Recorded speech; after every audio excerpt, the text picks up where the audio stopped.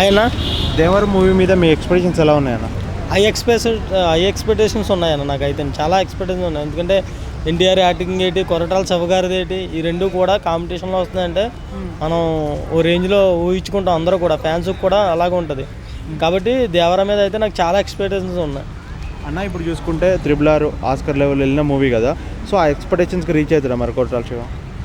అంత ఎక్స్పెక్టేషన్స్ అంటే అది పాన్ ఇండియా సినిమా అన్న. ఇది కూడా అంతే రీచ్ ఉంటుంది. తెలుగు 2 రాష్ట్రాల్లో ఆ రీచ్ ఉంటుంది. మిగతా దిక్కుల్లో అయితే ఆ రీచ్ ఉండదు. మిగతా దిక్కులు ఉండదు. 2 తెలుగు రాష్ట్రాల్లో అయితే ఆ రీచ్ ఉంటుంది 100% దేవర. ఓకే అన్న. ఆచార్య తర్వాత మూవీ కదా, అంటే ఫ్లాప్ మూవీ తర్వాత కొరటాల శివ రాబోతుండు, బిగ్గెస్ట్ హిట్ మన ఎన్టీఆర్కి. వాళ్ళిద్దరు కాంబినేషన్ ఎలా అనిపిస్తుంది అన్న నీకు? ఇదైతే అంటే ఆచార్యలో పప్పులో కాల్ చేశారు కాబట్టి డైరెక్టర్ గారు కొరటాల శివ గారు 100% ఇదైతే 100% న్యాయం చేస్తారని ఎన్టీఆర్ ఫ్యాన్స్కి మాకు కూడా న్యాయం చేస్తారని, అది అప్పుడు దెబ్బ కొట్టి అప్పుడు ఎలా పడుకున్నారు, ఇప్పుడు ఈ సినిమాతో ఇండస్ట్రీ టాప్ అవుతారని నేనైతే 100% ఎక్స్పెక్టేషన్స్ పెట్టుకున్నాను కొరటాల శివ గారి మీద 100%. ఓకే అన్న.